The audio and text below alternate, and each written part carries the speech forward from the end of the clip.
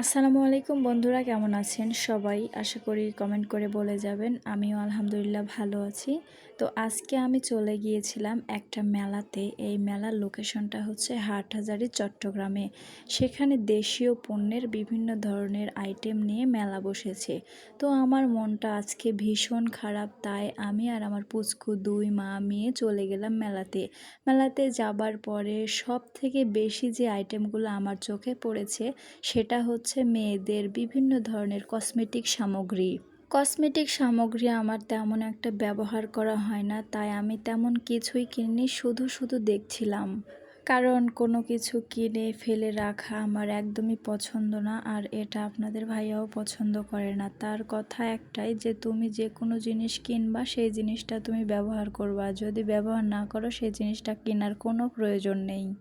অনেকে আছে অনেক জিনিসপত্র কিনে শোপিস হিসাবে ব্যবহার করে বা শোকেসে রাখে, এই জিনিসটা আপনাদের ভাইয়া পছন্দ করে না। তাই আমি যে জিনিসগুলো কিনি সেই জিনিসগুলো অবশ্যই ব্যবহার করি।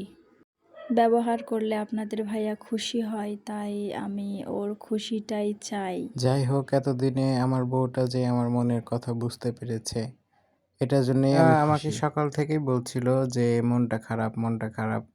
তাই বললাম যে হাটাজারিতে একটা মেলা হচ্ছে, দেশীয় পণ্য বিক্রয় মেলা। তুমি মেলাতে যাও, দেখো, ঘুরো ফিরো, জাইফানুরকে নিয়ে যাও, তোমাদের দুইজনেরই মন ভালো হবে। আর যেই কথা সেই কাজ, সে তো মেলায় গিয়ে একদম মেলার এ থেকে জেড পর্যন্ত ঘুরে মহা খুশি। আমি যখন বাসায় ঢুকলাম সে বলতেছে, জয় জয়, জানো জানো আজকে আমি অনেকগুলো ফুচকা খেয়েছি। তো কয়টা? তো 20টা। আমি বলছি মাশাল্লাহ মাশাল্লাহ। সে যে মেলায় গিয়েছে, খেয়েছে, তার মুখের হাসি দেখে এটাতেই আসলে তো সুখ। আমরা একটু সুখের জন্য, একটু হাসির জন্যে এত কষ্ট। যাই হোক, সে ফুচকা খুব পছন্দ করে। আর দেখেন কেমন করে একদম শুরু থেকে শেষ পর্যন্ত ফুচকাগুলো নিমিষেই আমার মতো যে ভাইয়াগুলা প্রফেশনে আছে, আসলে ফ্যামিলিকে সময় দিতে পারে না, তাদেরকে বলবো, ভাই, নিজের পরিবার, ফ্যামিলি, বউ, আপনি যদি না পারেন তাদেরকে একটু স্পেস দেন, তারা যেন ঠিক এইভাবে একটু স্বাধীনতা পায়, একটু বাইরে ঘুরে মনটা ফ্রেশ থাকে। তাই আপনাদের কাছে রিকোয়েস্ট, নিজের ওয়াইফ এবং নিজের বাচ্চাকে একটু স্পেস দিবেন, যে স্বাধীনভাবে চলাফেরা করতে পারে। তার কথাটা আমার অনেক ভালো লেগেছে, কারণ ও যদি নিজে আমাকে সময় না দেয় তাহলে সে আমাকে বলে তুমি তোমার মতো করে যাও, সেখানে ও কখনোই বাধা দেয় না। আর এই বিষয়টা আমার সব থেকে বেশি ভালো লাগে।